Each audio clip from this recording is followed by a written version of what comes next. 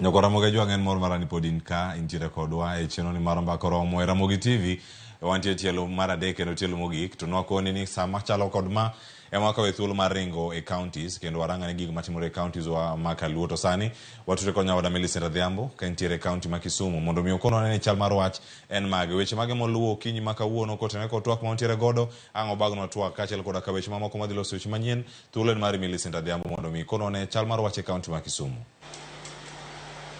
Erokamano ahinya Cleophas, achiel kachiel kwa wuok e kaunti ma Kisumu kotenore kod thor wach ma wan go, wach mar JSS kod wich bar manitiere kotenore kod somo mar junior secondary school.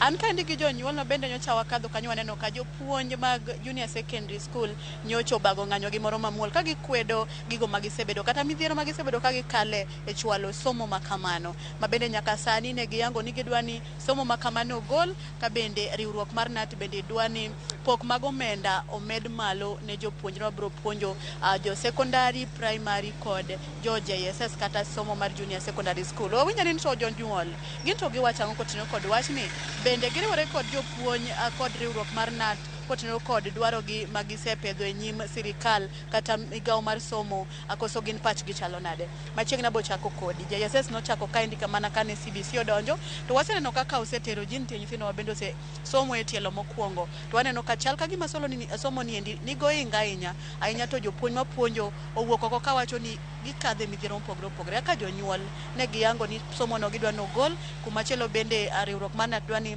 pok mag omenda ma imiyo jopuonjre go eko jopuonj go eko omed malo. Machielo bo wayudo ni ka jo klas 8 ma higa manyien ibro keti kipimo gi somo mar JSS ni dhi chalo nade, nitiere midhiero mag mabro bedo e kinde ma ibro tim roll out gi dho kizungu ne jo klas 8.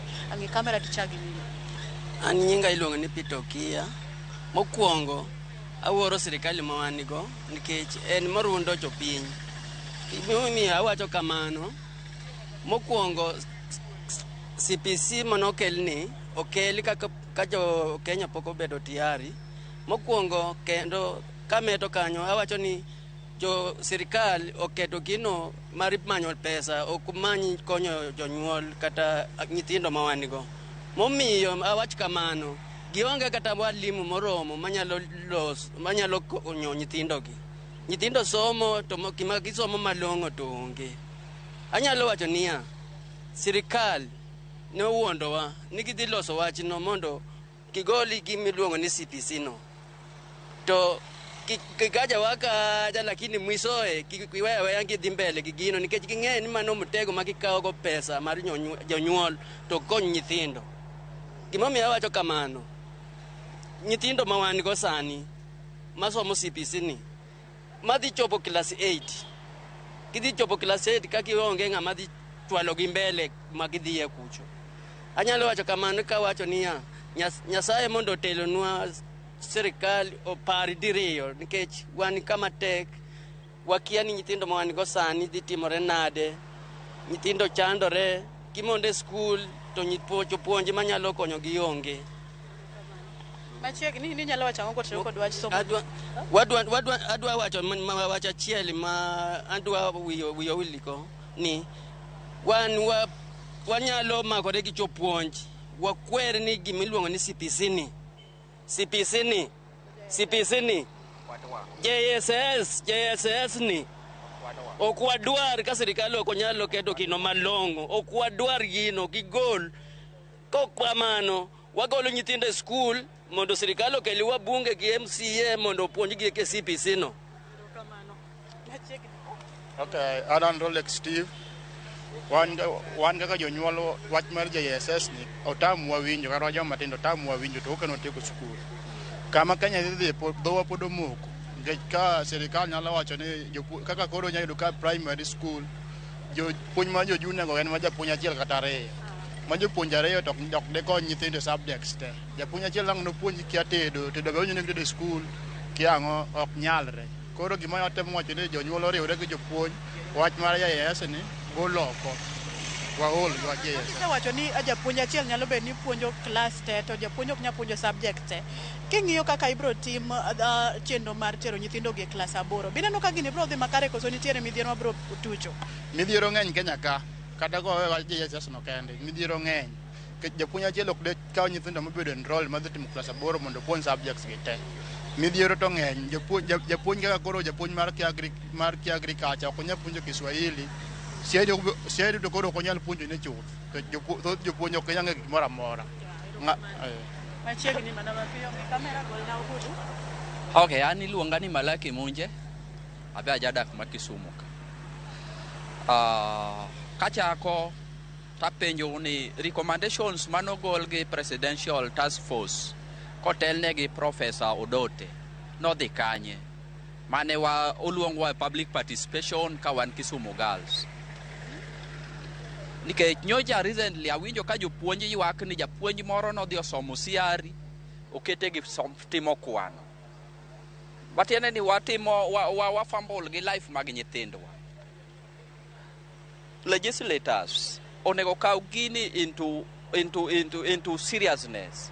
Nikech gin nyithindgi chalo gimok som ka, koro nyithind jochan ema giketo gi gik moko ma in practical mondo nyithindwa kodhi maber kaka owinjore. Yeah.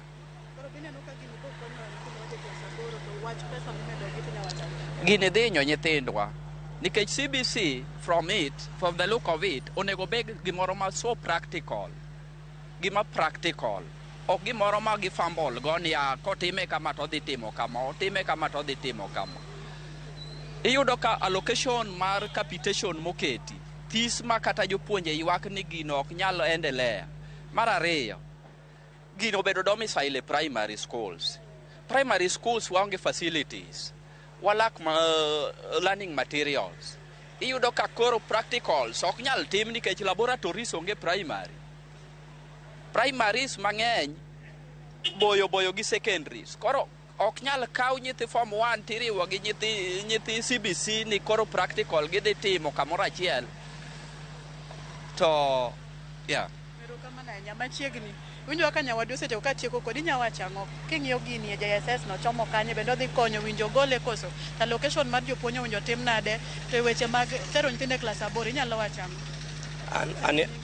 An iluonga ni Victor Uma, an jadak ma Kisumu kaendi. An gima wacho about ewi CBC en ni wachachiel ni jopuonj ok ni through nyathi kira ma nyathi ok owinjo ok nyalo time mar dhi penjo japuonj mondo japuonj olerne kama nok owinjo maber. Kech sama onego bendo yudo japuonj thuolo no penj japuonj pod odich nie klas, japuonj onge sama japuonj yueyego. En japuonj achiel odono puonj subject te mag CBC ma ok nyalre. Japuonj wuon kende ma en onge sama onyalo bedo kata onyalo explain ne nyathi gimoro ma nyathi winj maber. Ma nyathi ok owinjo, iyudo ka japuonj be koro kaw time mondo mi olerne nyathi owuog nyathi mager. Nikech koro oneno nyathi thage to nyathi ok thage yaro nyathi thage mondo onego bro skul dano osom to oagi gimoro.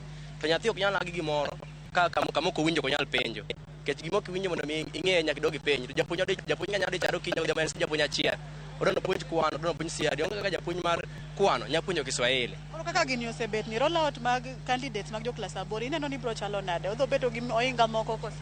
Odhi bedo go oinga, ne chibro ga koro onge nyathi ma an gadier gi motimo.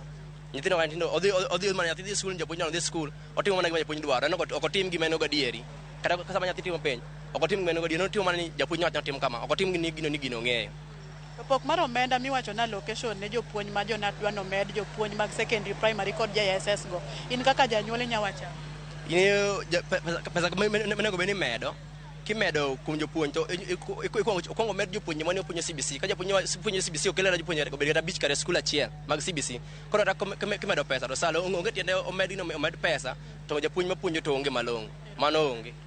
Mana kamano Cleophas winjo paro mopogore kowuok kuom jonyuol ma wuok Kisumu kaendi ka bende ineno ka giwacho ni gin giriwore kanyakla kod jopuonj ma bende nowuok oko mager ka wacho ni gikwedo wach JSS oko. Giwacho ni bende wach mar pok mar omenda ka ging'iyo malong'o winjo kungo med kwan jopuonj ma winjo bende chwalo somo mar JSS ka pok omed omenda mondo miko kang'ini to ka osekel jopuonj moromo inyalo chul gi yo machalo nade. Kamano bende giwacho ni chal ka gima sirikal ma pacho kaendi dhi maber gi weche mag somo kotenore kod wach mar keto makare kata chenro makare mar chwalo somo mar JSS ni kuma gikwayo ni kaber ka gidwa ni en gino mowinjo dhi nyime to winjo bed ni gikete okang' manyime kata gimiye pek e yore malong'o mowinjo bed ni ichwale godo mondo mi nyithindo oyud somo makare. Ka ok kamano to aduoko ni e studio mondo idhi nyime kod thor wach ma wan go kawende pod wanonyore mar dhi manyo weche mopogore opogore matucho e kaunti ma Kisumu kaendi. Cleophas, an kuomi seche gi an kora daringo mondo amed dhi kolo weche mopogore. Millicent, ringa duoko ka sani agoni erokamano ahinya e bage twak yo makare. Kisumu wich bar nitie, wawinjo jonyuol jopuonjre kaachiel koda jopuonj mantie kanyo e kaunti ma Kisumu. Nyakoro mo jwang' dakika osekalo 54 watieko chenro wach mogik kantiere kar ka paro kawuok e kaunti ma Kisumu kod paro mantiere godo wach mogik